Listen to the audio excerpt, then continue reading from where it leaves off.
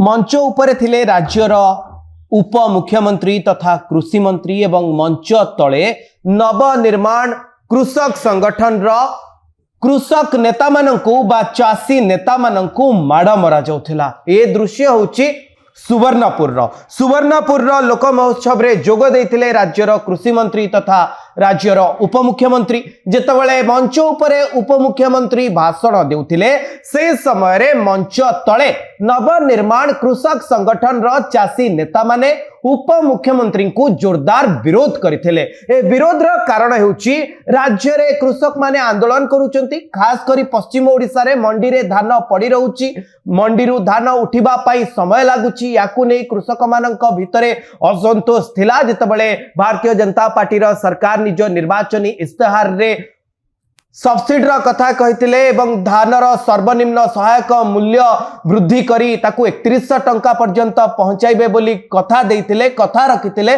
सेतेबेले कृषक माने प्रचुर परिमाण रे धान चाष करथिले एवं जेतेबेले मंडी बाहर धान गुड़िक पड़ी रहितिला, मिलर एवं सरकार का भितरे समस्या थिला। से समय कृषक माने आंदोलन पाई रास्ता को ओल्लैथिले। बरगढ़ धनु यात्रार मंच रे ओडिशार उपमुख्यमंत्री तथा कृषि मंत्री जे कि बरगढ़ चाषी आंदोलन को ओडिशार चाषी आंदोलन को नौटंकी बोली कहिथिले एवं बरगढ़ धनुयात्रार मंच रे समाने नौटंकी करंतु बोली एभली मध्य गोटे शब्दर व्यवहार करथिले, जहा फल कि बरगढ़ अनेक लोक या विरोध में मत प्रकाश करथिले। प्रथम कथा एक कथा थिला जे राज्यर कृषि मंत्री कृषक आंदोलन को नौटंकी बोली कहउछंती एवं बरगढ़ धनुयात्रार मंच को भी असम्मान करुछंती, जोथिपाई उप मुख्यमंत्री तथा कृषि मंत्री को विरोध करी सुवर्णपुर लोक महोत्सव समय रे नवनिर्माण कृषक संगठन रो चासी नेता माने जोरदार नाराबाजी करथिले। उपरे भाषण देउथिले केवी सिंहदेव बा राज्यर उप मुख्यमंत्री एवं कृषि मंत्री, तले किंतु कृषक नेता माने माड़ खाउथिले एवं उपरु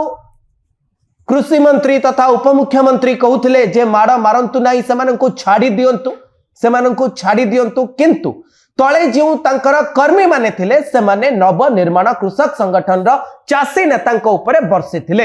राज्य रे लगातार भाबे चासी माने टिके हतादर हेउचंती, जहाकु नै चारियाडे खबर भी आसुची एवं मंच उपरे कृषि मंत्री एवं मंच तले चासी नेता माड़ खाइले। सेमानंकर तंटी को मध्य धरी चिपी दिया गला बोली ए खबर भी सामना को आसुची एवं बड़ कथा होची परवर्ती समय केवी सिंहदेव कहथिले बा राज्यर उप मुख्यमंत्री कृषि मंत्री एक कथा कहथिले जे आपण सेमानंकु छाड़ी दियंतु एवं एक कथा कहथिले जे महिमा अंकर भीम भोईंकर माटी एवं ये जो सुवर्णपुर लोक महोत्सव सेमाने कोठी ना कोठी भली घटना घटी ये लोक महोत्सव रे गोटे दाग लगे बोली आमे कहि परिबा। कृषक संगठन पक्षरु जतबेले आंदोलन हेतला ताकू भी केवी सिंहदेव काउंटर करथिले एवं चासी नेता मानकु छाड़ी दबा पई कहिथिले।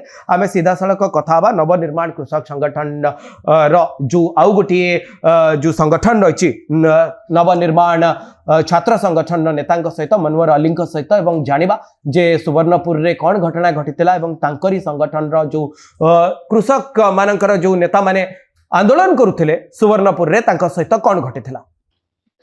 नमस्कार, मु स्वागत करूछु न्यूज रूम को। मो सहित अछंती नवनिर्माण युवा छात्र राज्य जे संपादक रहिछंती मनोहर अली महोदय।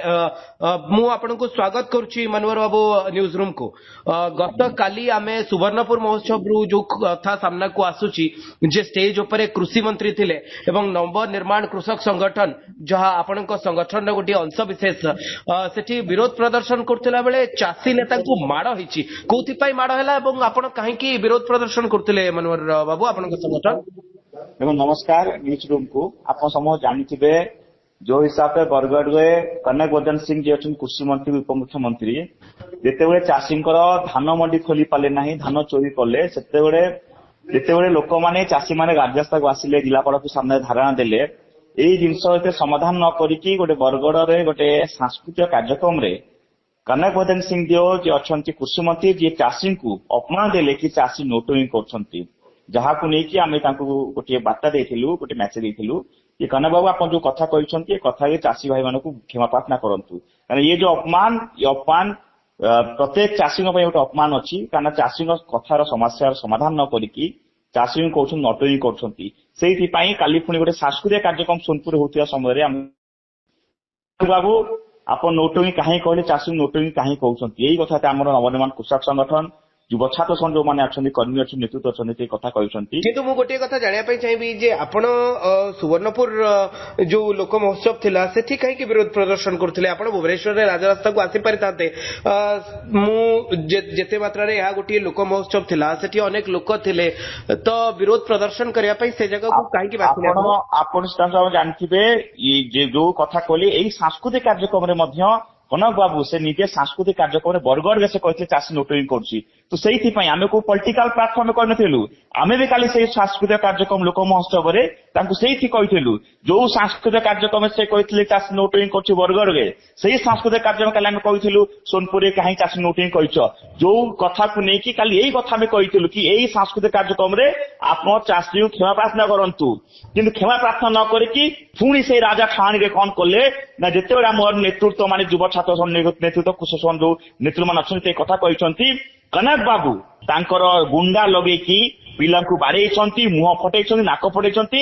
ସେ ଯୋଉ ଭାବୁଛନ୍ତି ମୁଁ ରାଜା, ସେ ରାଜା ଠାଣିରେ ସେ ସେ ଭୁଲି ଯାଇଛନ୍ତି ସେ ଲୋକ ପ୍ରତିନିଧି ଜନସାଧାରଣ ଭୋଟ ଠିଆ ହେଇଛନ୍ତି। କିନ୍ତୁ ସେଇ ରାଜା ଠାଣିରେ ଆପଣ ଦେଖିବେ ସାମ୍ନାରେ କୃଷିମନ୍ତ୍ରୀ କିନ୍ତୁ କହିଥିଲେ ଆପଣଙ୍କର ଚାଷୀ ନେତାଙ୍କୁ ଛାଡିଦେବା ପାଇଁ, ତାଙ୍କ ଉପରେ କୌଣସି ଆକ୍ସନ ନ ନେବା ପାଇଁ ସିଧାସଳଖ ମଞ୍ଚ ଉପରୁ ବି କହିଥିଲେ।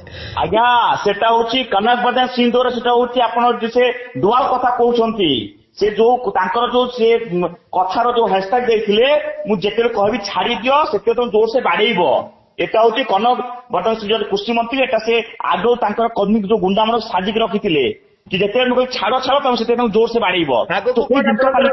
ରହିଛି ମନୋହର ବାବୁ ଆପଣଙ୍କର କୃଷକ ସଂଗଠନ ଆଗକୁ ଦେଖନ୍ତୁ କନକ ବାବୁ ଯୋଉ ଜିନିଷ କରିଛନ୍ତି, ଗୁଣ୍ଡା ଲଗେଇ ଯୋଉ ହିସାବରେ ଆମର ନେତୃତ୍ୱକୁ କର୍ମଚାରୀ ଯୋଉ ହିସାବରେ କାଲି ଆକ୍ରମଣ କରୁଛନ୍ତି, ବାଡେଇଛନ୍ତି, ଏଟା ଆପଣ ଦେଖିବେ ମୁଣ୍ଡ ପଡେଇଛନ୍ତି, ନାକରୁ ରକ୍ତ ବାହାରିଛି। ୟାର ଜବାବ ଚାଷୀକୁ ୟାର ଜବାବ ଦେବେ। ଆଉ ମୁଁ ଆଜି ଗୋଟିଏ କଥା କହିଦଉଛି ନ୍ୟୁଜ ରୁମ୍ ମାଧ୍ୟମରେ, କନକ ବାବୁ ଆପଣ ବର୍ତ୍ତମାନ ରାଜା ନାହାନ୍ତି, ଆପଣ ବର୍ତ୍ତମାନ ଜନପ୍ରତିନିଧି କୃଷି ମନ୍ତ୍ରୀ। ଆପଣ ଭୁଲି ଯାଇଛନ୍ତି ସେ ଭାବୁଛନ୍ତି ରାଜା। ଆଜି ଯଦି ସେ ରାଜା କହିପାରିବେ, ଆମେ ଚାଷୀ ପିଲା ଯଦି ଆମ ସହିତ ଆଜି ଯୋଉ ଜିନିଷ ଆଟାକ କରୁଛନ୍ତି, ୟାର ଜବାବ ନିଶ୍ଚିତ ଭାବରେ ଚାଷୀକୁର ଯୁବ ଛାତ୍ର ୟାର ଜବାବ ଦେବେ। ଯୋଉ ଜିନିଷ କରୁଛନ୍ତି ଚାଷୀ ଯୋଉ ଅପମାନ କରିକି ଚାଷୀ ମୁଣ୍ଡରେ ଯୋଉ ବାଡେଇଛନ୍ତି, ୟାର ଜବାବ ନିଶ୍ଚିତ ଭାବରେ ନବୀନ କୃଷକ ସଂଗଠନ ଯୁବ ଛାତ୍ର ସଂଘ ଜବାବ ଦେବ। ଧନ୍ୟବାଦ ମନୋହର ବାବୁ, ଆପଣ ଆମ ସହିତ ରହିଲେ ଏବଂ ଏ ବିଷୟରେ ସମ୍ପୂର୍ଣ୍ଣ ଆଲୋଚନା କଲେ।